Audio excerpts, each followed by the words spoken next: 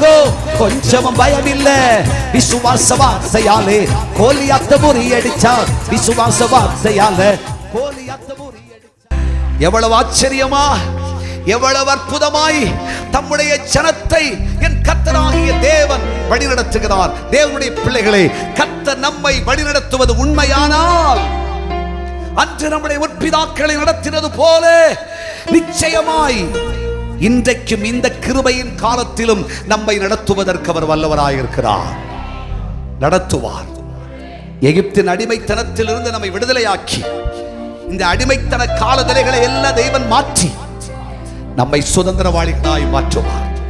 விடுதலை பெற்ற பெண்மான்களாய் மாற்றுவார். நம்ம கர்த்தர் ஆசீர்வதிப்பார். ஹல்லேலூயா.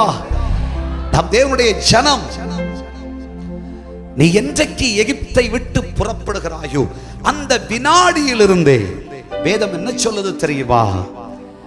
நான் உங்களை ஆச்சரியமா, அற்புதமா, நீங்கள் உடுத்தி இருக்கிற வஸ்திரம் கூட பழையதாய் போகாமல், உங்கள் பாதரட்சை கூட பழையதாய் போகாமல், உங்களுக்கு அப்பத்தாட்சி வராமல்.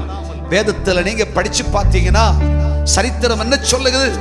இஸ்ரவேல் ஜனத்தை என் ஆண்டவர் காலைதோறும் மன்னாவை ஆண்டவர் கொடுத்தார்.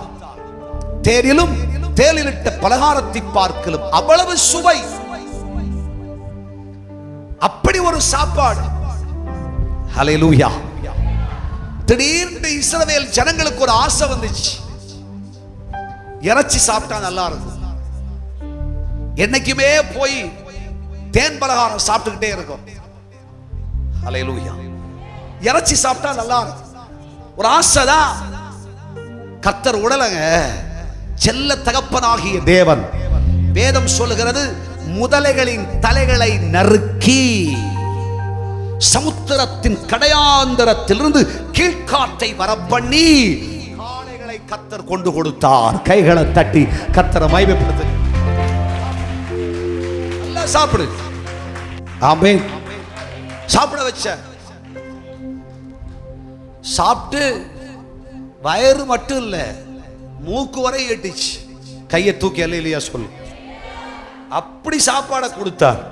தேவனுடைய பிள்ளைகளே, வேதம் சொல்லுகிறது, கர்த்தராகிய தேவன் நம்மை நடத்துவது உண்மையானால் இந்த மாதத்திலிருந்து கர்த்தர் செய்கிற அற்புதம் என்ன தெரியுமா? உங்க வீட்டில், உங்க குடும்பத்தில், உங்க சந்ததி வாழ்க்கையில இனிமேல் அப்பத்தாட்சி வரவே வராது.